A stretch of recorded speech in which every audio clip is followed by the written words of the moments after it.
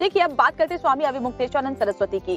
POCSO act के तहत उनके खिलाफ केस दर्ज हुआ है, जिसके बाद गिरफ्तारी की तलवार उनके ऊपर लटक रही है। और ऐसे में अब सियासी रंग भी इस पूरे मामले में चढ़ने लगा है और अब ये कहा जा रहा है कि कांग्रेस पार्टी अब सड़कों पर उतरकर विरोध प्रदर्शन करेगी अगर गिरफ्तारी होती है।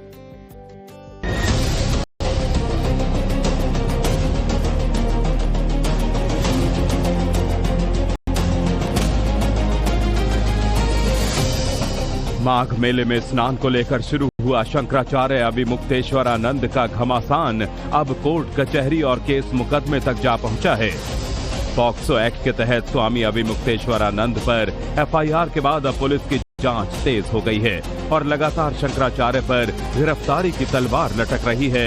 और अब इन तमाम विवादों के बीच बड़ी चेतावनी भी सामने आ गई। देखें, गिरफ्तार करना और न करना ये उनकी समझदारी पर डिपेंड करता है। न करते तो ये सामान्य नागरिक के रूप में मेरी राय है कि न करें, और अगर करते हैं तो ये उनके लिए बहुत खतरनाक होगा, आग से खेलना होगा और कुछ नहीं होगा।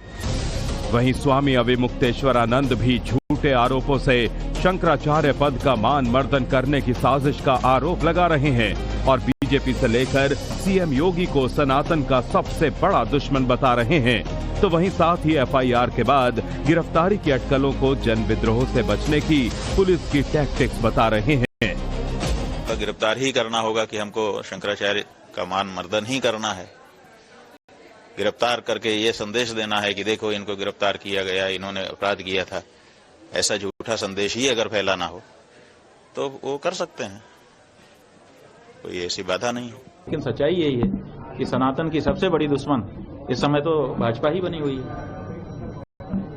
और विशेष करके गेरुआ कपड़ा पहन के गद्दी पे बैठे हमारे आदित्यनाथ बने हैं।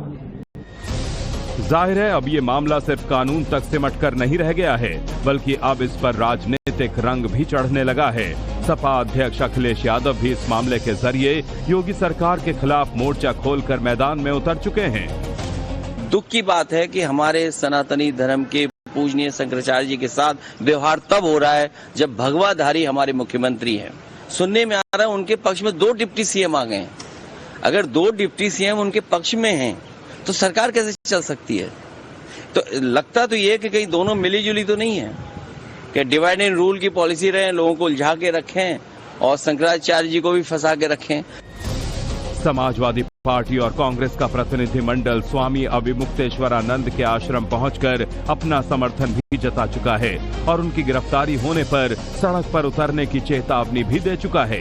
जिसके बाद शंकराचार्य के मुद्दे पर आज कांग्रेस कार्यकर्ताओं ने यूपी के सभी जिलों में सड़क पर उतरकर प्रदर्शन करने का भी ऐलान किया है।